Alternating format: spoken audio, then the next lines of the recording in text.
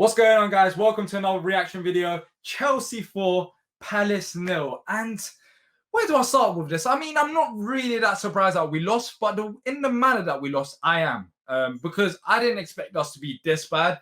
And it had shades of last season. The way that we were set up, the way that the substitutions happened, and the way that we had a lack of attacking threat. And more worryingly, this happened whilst having Wilfried Zaha in a more favoured position, Eberechi Eze in this Palace side, and Andros Townsend, who's been on form. But from minute one, I feel like we got it wrong. It's simple as that. You play against Chelsea, you sit back for 90 minutes and don't put pressure at them. And yeah, I understand that you don't want to go at Chelsea because the spaces will open, but at least pressure their attacking midfielder. But we didn't do that at all. We let them have the ball, let them pass it about. And what do you expect? Of course, there's going to be mistakes that we concede goals because this is a Premier League team that has top quality players, and we just sat back.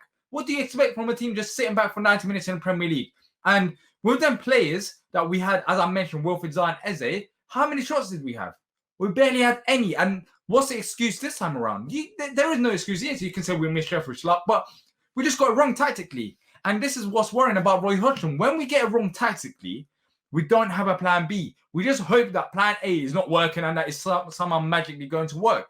What's the chance of that happening? It's not going to happen. And that's what frustrates me. Yes, we lost against Chelsea and they're a very good side. But looking at the bigger picture and looking at what happened last season, towards the end of last season, and looking at this game, it is annoying that we don't change it about when it's not working. Because there's no harm in that. Why was Jordan Ayew on the pitch for 90 minutes when he played all of last season and the first 3 games that he's played this season, he's looked knackered? Why keep him on when you're 4-0 down? Like simple things like that as well. That we don't even have to discuss about because it should automatically be done. Christian Benteke needs match fitness. You're 4-0 down. Jordan Ayew needs a rest. You don't have to be a rocket scientist to realize that you can easily sub them players. And then the Luke and Jared substitution, did it happen a bit too late? Because Chelsea were putting us under pressure, but of course we react after we concede.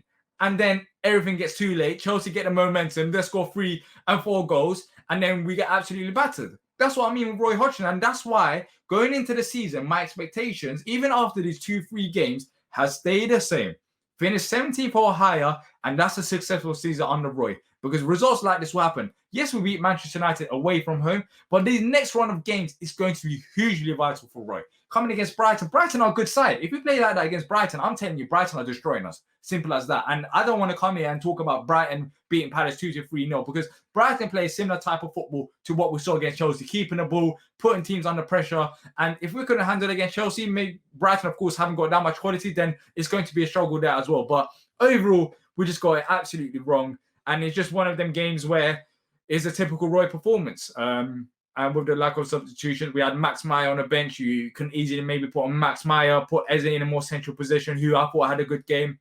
And Tyreek Mitchell, of course, gave away a penalty, but I'm not going to blame him because he's been absolutely fantastic.